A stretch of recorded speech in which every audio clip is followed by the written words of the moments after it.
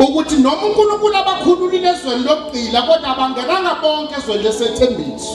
Leyo khothi sithola in the New Testament. Esibili incwadi yamaHebheru uthi uPawulu obhala incwadi yamaHebheru uthi khumbulani bazalwane ukuthi izwi elakhulunywa kubo alibasebenzelanga ngoba alihlangananga nokukholwa kwabo. Ukhotha i-Old Testament esithathu lesifunda manje. Ibandla laseKorinte elinye lamabandla uPawulu owalikala angahlosile ukuqala. IKorinte yaqaleka kanje ukuthi uPawulu wayebaleka esuka endaweni okuthiwa kuseThesalonika.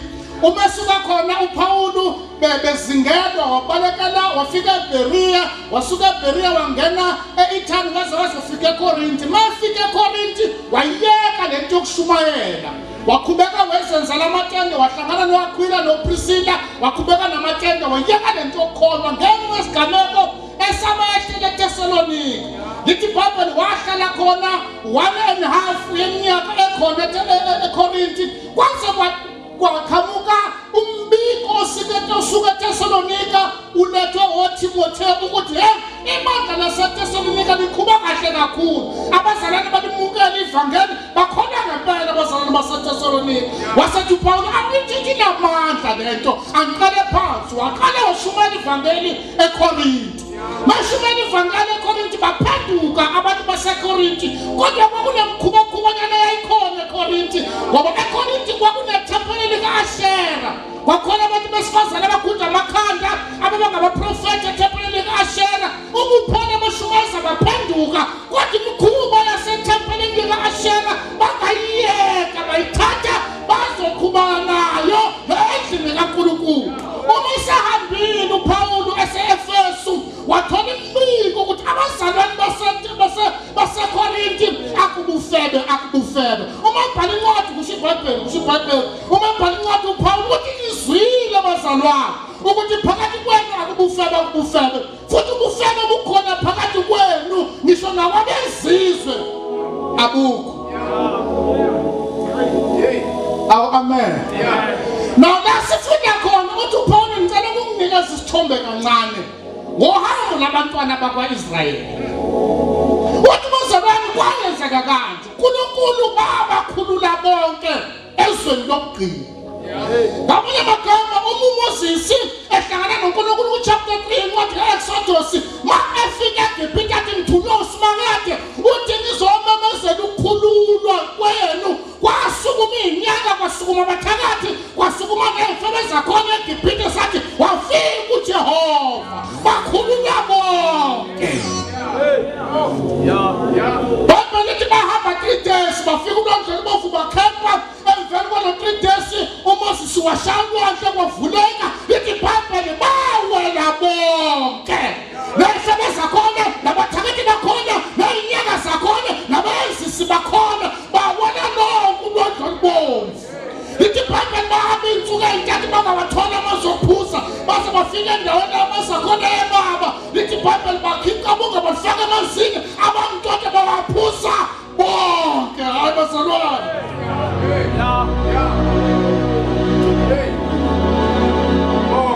bonke. Emveni kwentuthu iBhayibheli babuya bome futhi. Uma bomathi uMoses uNkulunkulu atshela uMoses athi shaya idwala. Ithi iBhayibheli washaya idwala ngenduku waphuza amanzi baqhamuka namajeke ney'nkomishi baphuza. Abazalwane baphuza. Lithi iBhayibheli bathi basendleleni bakhala ngemana kuthiwa le mana ilula le wazihalela inyama. uNkulunkulu wahlisa inyama yasezulwini abathakathi baphatha iy'khafutini ekuseni bayophaka bonke. Kodwa lithi iBhayibheli lami noma babedle bonke bahamba bonke phakathi kwabo kwakukhona uhlobo lwabantu uNkulunkulu wayengathokozile ngalo. Noma babedla bonke bejabula bonke bashaya khona sibonke kodwa uSimakade wayethule ebhekile athi noma nidla nonke kodwa kunohlobo lwabantu engingathokozile ngalo. Lithi ekuhambeni kwabo abanye babo uSimakade wabashaya ehlanga. Yazi uNkulunkulu khawavula umhlaba wangcwaba 3,000 yabantu kungadingakala Bob noClentero abangcwaba ingcwabela bona wathi qhubeka nohambo. Cela kumemezela bese siyathandaza ukuthi ungadidwa ukuthi singene esitolo esodwa masiyothenga icathulo. Ungaphaziswa ukuthi sisebenze umsebenzi owodwa. Ungaphaziswa ukuthi wonke amasonto amamezela uJesu. Ungaphaziswa ukuthi bonke abafundisi bafaka ukhonolo. Ungaphaziswa umshado ekhona okumenyezelwa ukufaka nabalimi o-3Ps. Khona ihlobo lomshado uSimakade akathokozile ngayo. Khona ihlobo lamasonto uNkulunkulu akathokozile ngayo. Khona ihlobo labafundisi uNkulunkulu akathokozile ngabo. Khona ihlobo lo-chorus leader uNkulunkulu akathokozile ngabo. Noma ngishayizandla phezulu khona uSimakade anyanyayo uma ushayizandla phezulu. Noma bebedla bonke ngeke bazalwane uthi uJesu mekhasa uthi uNkulunkulu ekwethembekeni kwakhe uma ekhipha ilanga ulikhiphana nababi.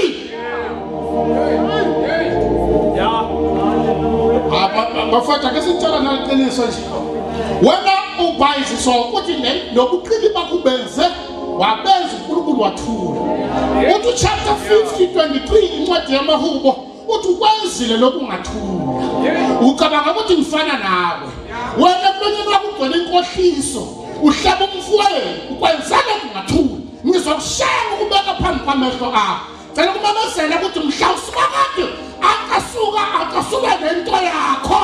La uzushaya izandla uthi mina ngiyajola esontweni angibanjwa. Ngithula izulu kodwa ngiyazi usuku. Akuyofakaza nabathakathi ukuthi no ngimfulathele izulu.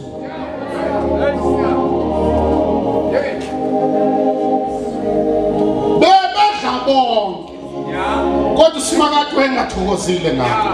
Chapter 1 verse 1 incwadi kaJobe lithi iBhayibheli endaweni yase-Uzi kwakukhona indoda igama lakho kuJobe. Thi iBhayibheli indoda yayilungile yayibalekela kubi. Nengizwa bazalwane ubuza ukuthi uZa yedwa yini amanye amadoda. Na umbuzo kumele bawodwa bakhona ukuthi ngahle ukholwa ngayo khona ukuthokozisa uBishop noma ukholwa ukuthokozisa uNkulunkulu ngoba noma ukholwa ukuthi uNkulunkulu ethi iBhayibheli uNkulunkulu yabazi abangabakhe. uNkulunkulu yabazi abangabakhe. Ethi iBhayibheli uyoba yinkaba ngosuku lokuhlaselwa. Singaphila sonke sikhohlisana sonke la. Kodwa abantu uNkulunkulu akathokozile ngabo. Ngizwa abantu benkosi ukuphatha kwakho nokwenza kwakho uSimakade akathokozile ngabo.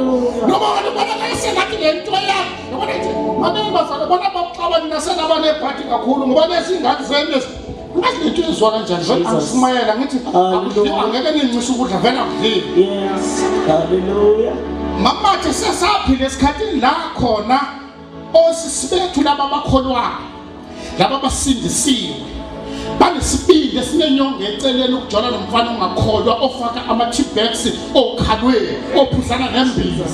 Lento uyenza isikhathi eside futhi yakusebenzela uma utshela abanye abantu kodwa izulu alithokozile ngawo ngoba lithi iBhayibheli wena ivangeli likaNkulunkulu liyahlanjaniswa kwabesizwe ngenxa yenu. Yabona manje kwakwenza umsebenzi kuyenza umkhahlo kanti ngikhona kulezo zinto. uSimakade akathokozile ngawo. Uzintombazane khona sendisiwe ngithi bangcono abafana bangakhona. Izwa Jesus.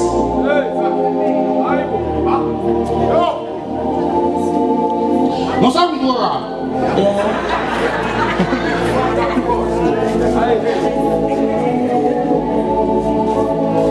Tell amen. Noma behamba bonke bephila bonke. Kodwa uNkulunkulu kunohlobo labantu engathokozile ngabo. As a result, phakathi kwabantu abawu6 million abaphuma ezweni laseGibhithe eKenana bangena 2. Akasisizeke Bishop. Kahle bazalwane uIsrael ngokweBhayibheli uIsrael akahambanga 40 years ehlala. uIsrael uhambe 2 yeminyaka. Ngiyizwa wena benkosi. uIsrael uhambe 2 years kwaze kwafika la isikhathi likhona kuthunyelwa izinhloli ezweni laseKenana. Kuthiwa ziyohlola mayibuya zabuya nereport ebhedda ukuthi sifikile ezweni laseKenana sithola amadoda naka-Anak amadoda ku-6 meter ukude bakhona noma kuthiwa into zobelungu ziyafana ngeke singene. Lithi iBhayibheli kwaqhamuka amadoda amabili ukuthi noma kunjalo abafowethu baqinisile kodwa uma uNkulunkulu eshilo siyolidla izwi. Lithi iBhayibheli uNkulunkulu wacasuka. Hallelujah. Wathi ufuna ubashaya bonke abaphela. Lithi iBhayibheli uMoses wabiza yathakhola wabizela uNkulunkulu wathi phenduka kulobubi bakho ngoba ezinye izizwe wazizwa ukuthi wena ukhipha abantwana bakwa-Israyeli eGibhithe waze wabulalela ehlathi kuyathiwa wehlulekile. Jesus. Wasethi okay uNkulunkulu okay ake senze uplan B. Ngifuna ubazukuzisa intaba yaseHorabi umnyaka u-38. U-38 yeminyaka uIsrayeli wayengahamba wezuka ezintaba yaseHorabi. Ofuna uchapter 1 wathi kaDuteronomy. Lithi iBhayibheli uNkulunkulu wakhuluma kithi entabeni yaseHorabi. Athi sengihlala isikhathi eside kule ntaba yehlala.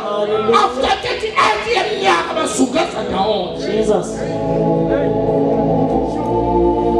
Uyazibona ngani ukuthi wena uzungeza ndawonye?